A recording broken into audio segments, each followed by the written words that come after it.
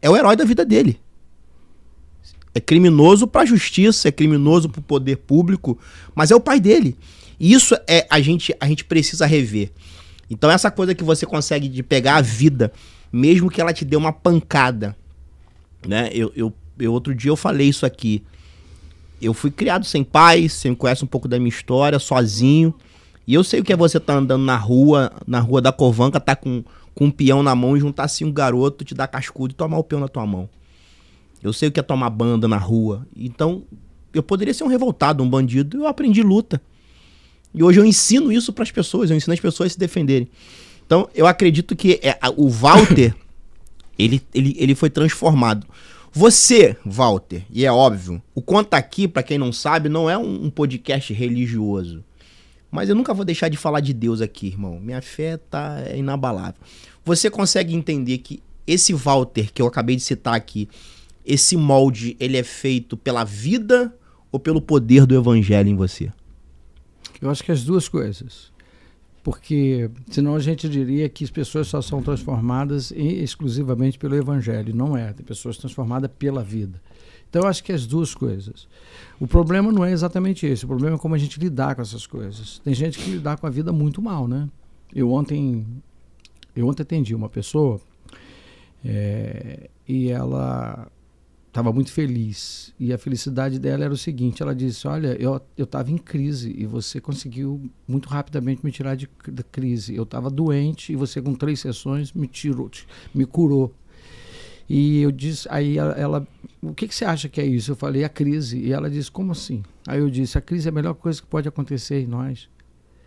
A gente abandona a crise, a gente critica a crise, mas é a crise que leva a gente a tomar posições melhores. Eu disse para ela assim, olha, você numa festa hoje, com seus amigos bebendo, se divertindo e rindo, com alegria que tudo você pode ter. E seria uma cena, de certa forma, agradável. Mas pensa se você estivesse numa caverna, você e uma vela acesa, e mais nada. E a única luz que você tem ali é daquela vela. Aonde você acha que você refletiu mais? Na festa ou na caverna? Então eu disse para ela que às vezes a crise, ela é terapêutica. A crise faz a gente se movimentar, a crise faz a gente mudar de estágio. Então eu disse para ela, o que te trouxe aqui foi a tua crise. E foi a tua crise que acabou te curando. Então, a forma como a gente vê as coisas muda tudo. E a gente precisa aprender isso com a vida. A gente, de alguma forma, a gente começa a olhar a vida pelo nosso olhar crítico e a gente é muito negativo nesse nosso olhar crítico. E se a gente não tomar cuidado, a gente acha que é o ser mais injustiçado da Terra. Né? Se não tomar cuidado, a gente acha que tudo é injustiça. E eu sempre digo isso, às vezes falo isso até com os amigos, e digo, olha cara, a vida é um processo de caos. De verdade, tudo foi feito para dar errado. É a gente que tenta consertar as coisas, mas na verdade, você senta na calçada e fica sentado na calçada ali e me pede para voltar daqui a 3 meses para ver o que eu vou encontrar naquela calçada. Você tem que fazer a vida funcionar, não dá para sentar na calçada. Show. Entendeu? Então eu disse isso para ela ontem. E aí fui contando alguns casos para ela. Um deles foi eu tive um conflito desse. Eu com 14 anos de idade, por isso a minha luta, e talvez por isso eu tenha me formei com tanto afinco, eu tive um parente meu que disse que eu ia virar um marginal. E eu disse que não. E a partir dali eu levei aquilo para a minha vida.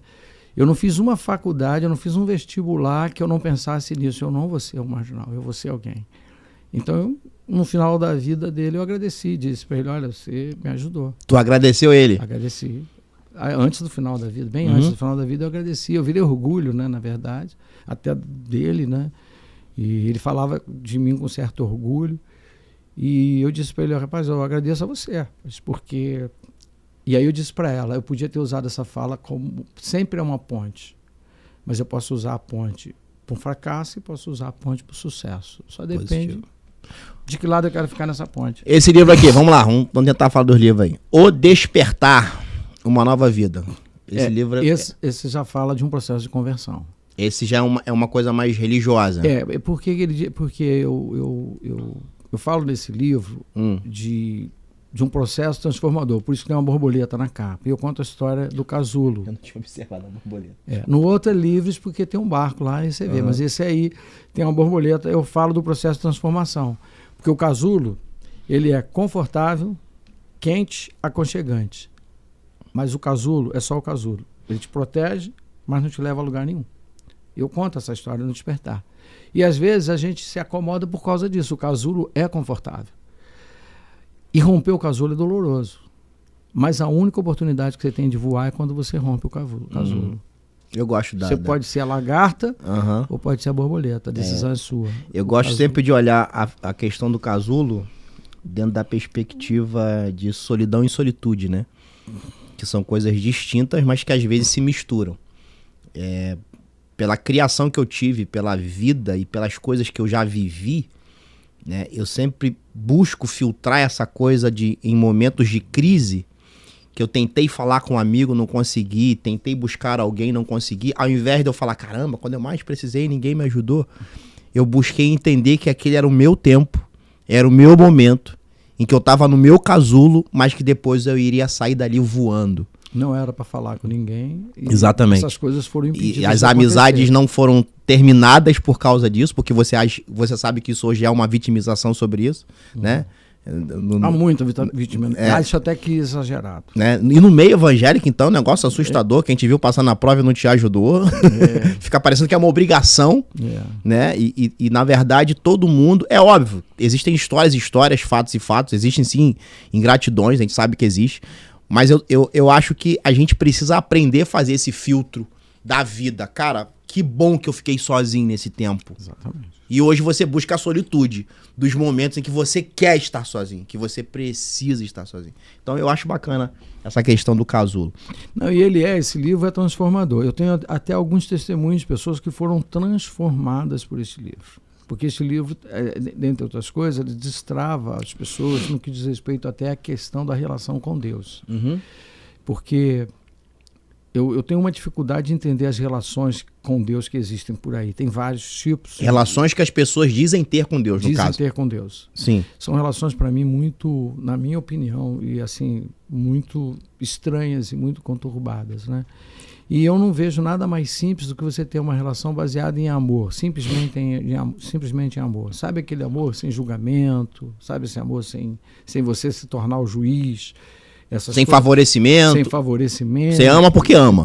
E por assim. E isso eu acho que eu consegui mostrar nesse livro. Então as pessoas ficam impactadas, porque, de algum modo, dá esse desenho da vida, né? Porque a vida é isso. Né? A vida é você...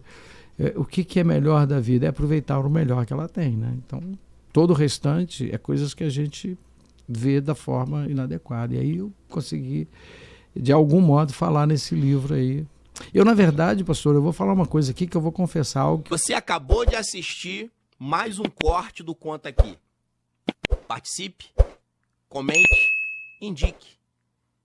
A sua opinião é muito importante. Obrigado.